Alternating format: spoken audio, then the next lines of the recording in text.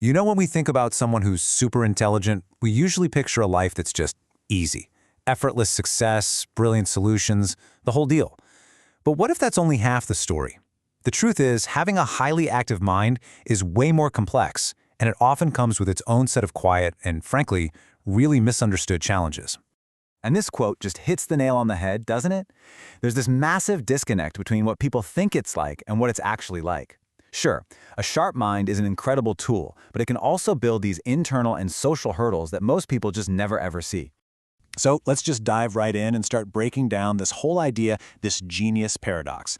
We're going to look at the common myths that float around about high intelligence and put them right up against the reality, which you'll see is a lot more complicated and often a lot tougher. Okay, look at this contrast here. It's pretty stark. The myth is that you solve problems in a flash, right? But the reality is often something called analysis paralysis, where you get completely stuck overthinking everything. We see this idea of effortless success, but behind the scenes, there's this crushing, constant pressure to succeed. And the biggest one, that life is easier. So often, that just translates to feeling deeply, deeply alone and misunderstood. So let's go a little deeper and see how this paradox actually plays out on the inside. A lot of these struggles, they're not things you can see from the outside. They're all happening inside a mind that is just constantly in overdrive. And this brings us right to that term I just mentioned, analysis paralysis. It's this weird flip side of being a great thinker. Your ability to see a problem from every single possible angle doesn't actually help you. It freezes you. You think so much that you literally can't make a move.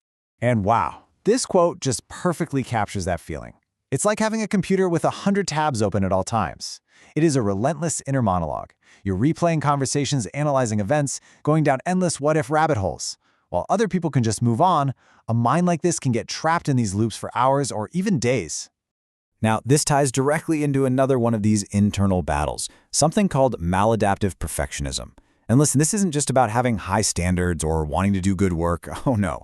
This is a destructive mindset where getting a 99% feels like a total failure. It just creates this vicious cycle of burnout and frustration. And that perfectionism, it gets fueled by this immense pressure, both from other people and, let's be honest, mostly from yourself. Everyone just expects you to be the smart one all the time. This builds up this deep, gnawing fear of failure and that nagging feeling that you're a fraud, what we now call imposter syndrome. And on top of all that, you've got the simple struggle with boredom.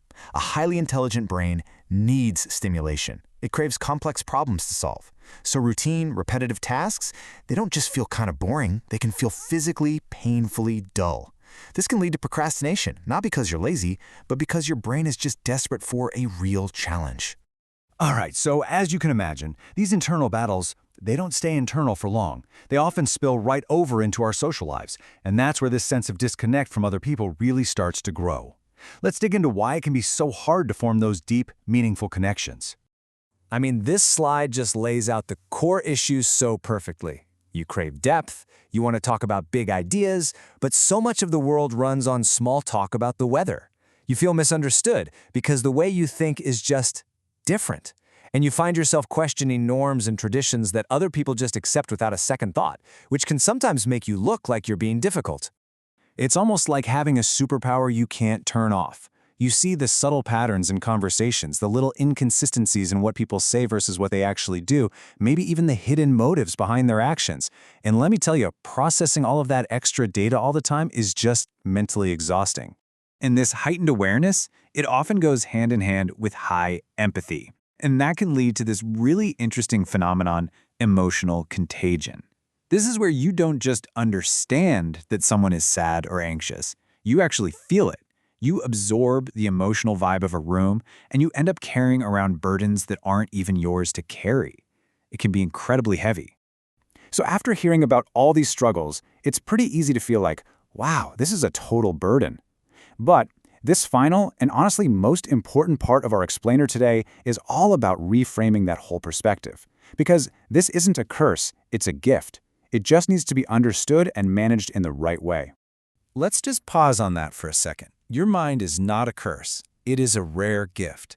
All of these challenges we've talked about, the overthinking, the sensitivity, the craving for depth, they're all just side effects of a powerful, rare, and pretty incredible mind. The key isn't to wish it was different, but to learn how to work with it. So what does a mind like this need to thrive? Well, it's actually surprisingly simple. It comes down to three things. It needs balance. Balance between that deep, intense thinking and actual rest. It needs boundaries to protect you from that emotional exhaustion we talked about. And, maybe most importantly, it needs the right people. People who appreciate your depth instead of being intimidated by it. And this right here, this is the ultimate validation. If you have ever, even once, been told that you're too intense or you think too much, I want you to remember this. That's not a flaw in you. It's just a fundamental difference in how you process the world. You are not too much. You just think deeper than most. So we'll end with this question for you to take with you. Instead of trying to shrink yourself to fit into the world, how can you start building a world that fits your mind? A world with the right kinds of challenges, the right conversations, and the right people. What's one small step you could take, maybe even today, to start making that happen?